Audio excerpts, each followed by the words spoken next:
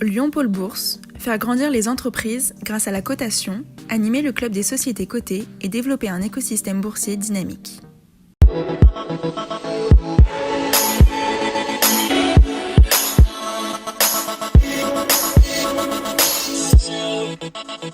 Bonjour et merci d'être fidèle à Bourse et Valeurs pour ne rien manquer de l'actualité des valeurs régionales. Une semaine de calme relatif pour la bourse. Après un mois complet de fortes tempêtes, le CAC 40 a fini par se stabiliser autour de 4 450 points sur un gain de l'ordre de 5% en 5 séances. Notre invité aujourd'hui, Philippe Brun, directeur général délégué de Serge Ferrari Group. Bonjour.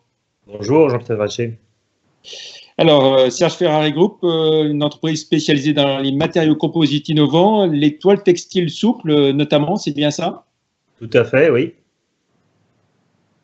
Alors, une entreprise qui est installée dans le Nord-Isère, hein, du côté de la Tour du Pin, et qui travaille à 75% hors de France. Absolument. Donc, une entreprise qui a également des sites industriels en Italie et en Suisse. Et en ce moment, effectivement, tous ces pays sont concernés, bien entendu, par ce qui fait l'actualité. Alors, on va revenir, on parlera bien sûr de l'actualité, mais on va revenir sur l'année 2019, hein, une année qui avait été marquée par votre retour aux bénéfices, avec une belle activité également, à pratiquement 190 millions d'euros de chiffre d'affaires.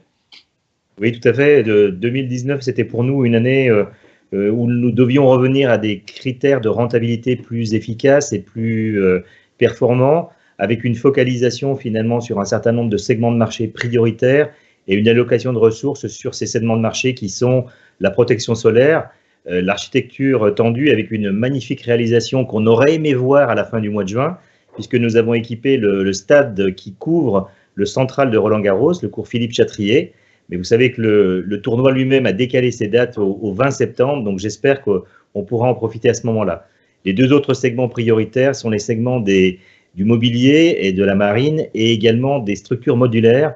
Donc, structures modulaires qu'on utilise en ce moment beaucoup pour des usages qui ne sont pas forcément des usages liés à l'événementiel festif, mais liés notamment à la nécessité de construire des structures d'accueil pour les malades atteints du Covid-19 et qui ne peuvent pas être hospitalisés dans les hôpitaux en dur en raison de l'afflux justement des patients.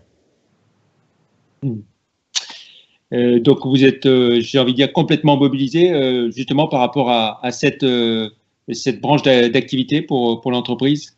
Alors, c'est quelque chose de relativement récent, mais qui existait déjà auparavant. Nos matériaux servaient beaucoup dans le cadre des réfugiés, que ce soit des réfugiés climatiques ou des réfugiés humanitaires. On avait notamment fait une opération avec le Secours populaire dans le cadre de l'ouragan Dorian qui avait frappé les Antilles l'année dernière. Donc, aujourd'hui, effectivement, ces matériaux sont utilisés dans le cadre de la gestion des patients au niveau des hôpitaux, mais également dans le cadre de la protection des personnes qui sont chargées d'accueillir le public. Aujourd'hui, les grandes surfaces ont protégé les caissiers et les caissières du passage de leurs clients en construisant des sortes de cages de protection, souvent transparentes, mettent en place également des parcours pour éviter que les personnels se croisent, font respecter au sol par des systèmes de marquage la distanciation sociale et souvent nos matériaux sont utilisés dans ce cadre d'application.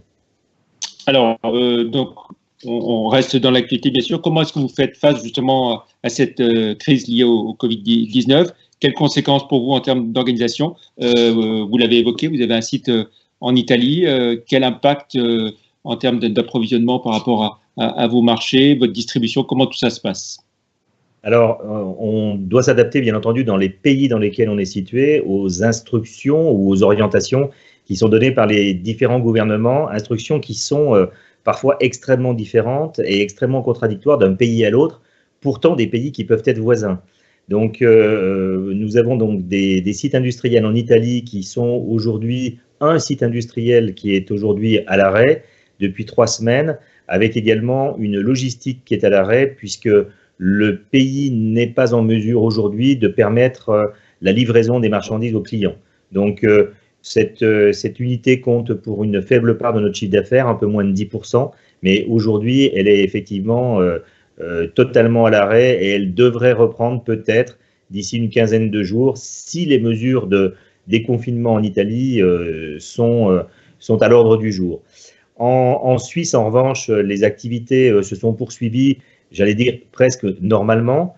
Et en France, nous avons choisi et décidé de nous arrêter dès le 17 mars, lorsque les mesures de confinement ont été prises par le gouvernement, pour réfléchir et réunir tout de suite les conditions nous permettant de redémarrer le plus vite possible en respectant tous les critères de sécurité pour, bien entendu, le personnel.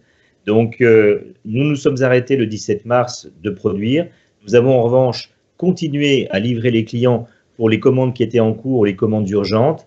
Et nous avons travaillé pendant une quinzaine de jours avec les pouvoirs publics via la directe, avec les représentants du personnel, avec bien entendu le personnel médical de l'entreprise pour créer ces conditions de reprise d'un travail dans un environnement de sécurité suffisant. Et donc, ce travail, il a repris progressivement sur notre site de la Tour du Pin depuis le 1er avril. Et il n'a pas repris, bien entendu, en 3 équipes et 7 jours sur 7, mais il a repris progressivement. Et on va dire que les semaines qui s'approchent nous permettent d'envisager effectivement une reprise proche de la normale dans quelques temps. Ce n'est pas encore le cas aujourd'hui, mais en tout cas, on s'en approche.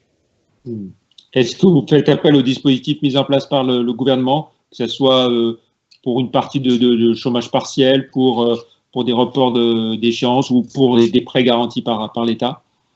Alors aujourd'hui, oui, le mécanisme que l'on a le plus sollicité, c'est le mécanisme de chômage partiel, puisqu'on s'est retrouvé effectivement immédiatement avec la décision prise par le gouvernement, avec des équipes qui n'ont pas travaillé du tout dès le 17 mars. Donc, dans un premier temps, ce que l'on a plutôt favorisé, c'est la prise de jours de congé, puisqu'on arrivait effectivement tout proche de la date de prescription pour les congés qui étaient acquis les années précédentes, puis ensuite le mécanisme de chômage partiel. Donc, ce qui est important dans la démarche de reprise la plus rapide possible que l'on a mise en place, c'est que ce mécanisme de chômage partiel ne va pas effectivement produire ses effets pendant trop longtemps. Il va effectivement, bien entendu, affecter les personnels, mais sur une durée, somme toute, relativement limitée. Très bien. Encore trop tôt pour estimer l'impact global du Covid-19 sur l'ensemble de l'entreprise? Oui, c'est encore trop tôt parce qu'on a en fait des activités vraiment dans tous les pays du monde. Donc, ceux qui étaient touchés les premiers recommencent à avoir finalement une vie plus normale. Je pense notamment à nos équipes chinoises qui recommencent à avoir des contacts commerciaux en face-to-face avec certains de leurs clients. Mais vous voyez, la semaine dernière, c'est l'Inde qui a décidé du confinement. On a des pays comme Singapour ou Taïwan qui, cette fois-ci, se reconfinent, mais pour éviter la contamination venue de l'extérieur. Et en ce moment, ce sont les États-Unis qui sont finalement dans l'œil du cyclone. Donc, il est encore prématuré, effectivement, pour mesurer les impacts. Juste un mot pour dire que vous aviez réalisé une acquisition en Asie, à Taïwan, il n'y a pas très longtemps. Tout à fait, oui. Alors, cette opération n'est pas encore tout à fait validée puisqu'elle est soumise à l'approbation des autorités taïwanaises pour les investissements extérieurs. C'est un investissement stratégique pour l'entreprise puisque cette acquisition de la société FIT, d'une part majoritaire dans le capital de cette société, doit venir compléter la gamme de nos produits avec des matériaux incombustibles et puis, bien entendu, doit nous permettre, même si ce n'est pas encore à l'ordre du jour aujourd'hui, de bénéficier d'une implantation industrielle en Asie, qui est le secteur dans lequel les projets d'infrastructure sont les plus nombreux. Or, ces matériaux servent essentiellement justement à construire des toits de stade, des équipements sportifs, et donc vont servir à être utilisés sur le marché le plus important dans le monde en ce moment pour les infrastructures, c'est-à-dire l'Asie. Très bien. Parfait, merci beaucoup. Pour finir, on jette un œil à votre parcours en bourse. Vous comptez autour de 3,95 €, un repli de 35% depuis le 1er janvier, 26% en un an, 59% depuis 5 ans. C'est difficile d'être en bourse en ce moment? En fait, il ne faut pas en avoir besoin, parce qu'effectivement, la bourse, je vous le rappelle, sert à lever des capitaux. Donc, il est clair que sur ces niveaux de cours, c'est totalement dissuasif. Mais la bourse est, je le pense, à long terme, un formidable véhicule d'image et de croissance. Très bien. Merci beaucoup, Philippe Brun. Donc, retrouvez tous les cours de bourse sur les sites d'Euronext et de Zone Bourse. Merci. N'oubliez pas, Nos Décideurs, le magazine du mois d'avril est en kiosque. Une bonne idée de lecture pour ce week-end avec, bien sûr, notre page bourse. Merci. Au revoir, Philippe Brun. Merci.